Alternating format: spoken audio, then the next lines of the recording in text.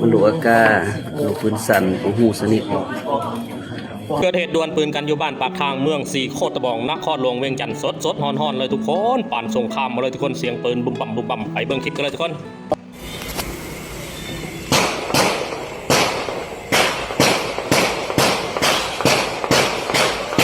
นี่แหละเขาหม้อเลยโอ้ผมเนี่ยอากาเนี่ยผมอากานี่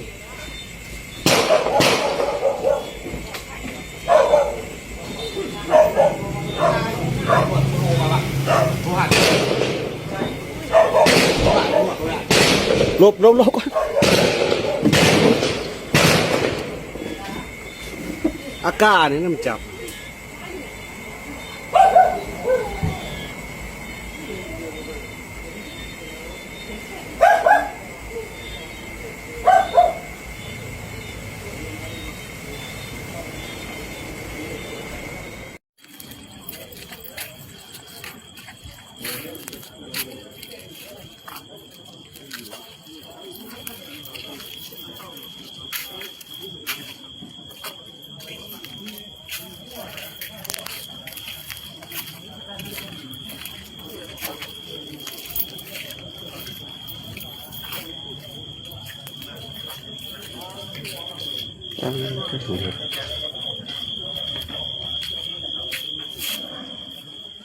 พวกขาดเครื่องนอกหันคือผู้ดี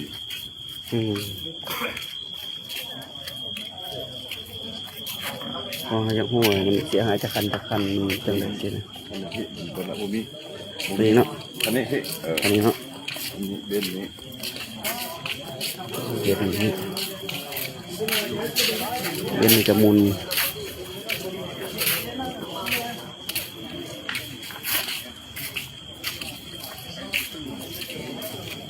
นี่ก็ถือ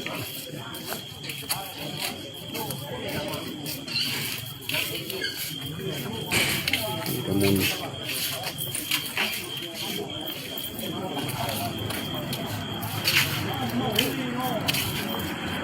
หมดเนาะมาถึงเนาะถือปืนไม่มียางลูกซองแล้วรุ่นนี้นะซองสั่นมาเลยนะมุนนี่ปุ้ยสาดมาแต่นอกเลยเนาะเสือมีลูกซอง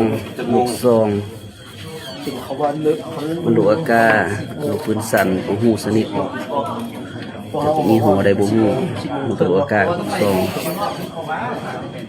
หลังจากเสียงปืนสงบลงเจ้าหน้าที่และภาคส่วนที่เกี่ยวข้องพ่อแม่ประชาชนเข้าไปตรวจสอบเบิ่งพบปลอกกระสุนหลายอย่างเลยบอกว่าสิเป็นปืนอังกา M16 ปืนลูกซองแล้วก็บอฮู้สนิทของปืนอีกหลายเลยทุกคนนอกจากนั้นยังเห็นรถที่จอดอยู่บริเวณนั้นถือปืนยิงเป็นหูดลูกปูโป่งบักหลายคันเลยทุกคนเห็นให้รถได้ครับความเสียหายบักหลายแต่ว่าเบื้องต้นกวดเบื้องแล้วบอเห็นผู้บาดเจ็บหรือเสียชีวิตแต่อย่างใดส่วนสาเหตุการดวลปืนกันในเทื่อนี้ก็ยังบ่ฮู้สาเหตุเด้อทุกคนรอท่าเจ้าหน้าที่เพิ่นตรวจสอบและออกมาชี้แจงบ่ว่าสิเป็นกลุ่มใดเนาะทุกคนเนาะหรือว่าวัยรุ่นบ่หรือว่ากลุ่มมาเฟียขัดแย้งกันทางธุรกิจบ่หรือว่าเป็นจังใดเสียงปืนปานสงครามเอารถถ้าเทียบใส่ประเทศไทยกับปาน3จังหวัดชายแดนภาคใต้รถทุกคนเสียงปืนดังสนั่นเลยสิ่งที่น่าตกใจก็คือปืนนั่นมันจะเป็นปืนอาก้านำแล้วก็ปืนลูกซองนำเขาไปหามาทางใดเนาะทุกคนบ้านเมืองทุกมื้อนี่คือเป็นตะอยู่ยากแท้คนหมายจักอยู่ที่ไสอยากเฮ็ดหยังก็เฮ็ดอยากทำยังกระทำเอาลมห้อนขึ้นมาก็ใส่กันโป่งป่างเลยบ่ยานกลัวกฎหมายเลยสังคมคือมือนี่อยู่ยากขึ้นนับมือเลยเอาอย่างไรก็ตามเป็นกำลังใจให้ทุกคนเขาเกิดมาแล้วก็สู้ชีวิตนำกันเนาะซ้ำซาตายเนาะทุกคนเนาะ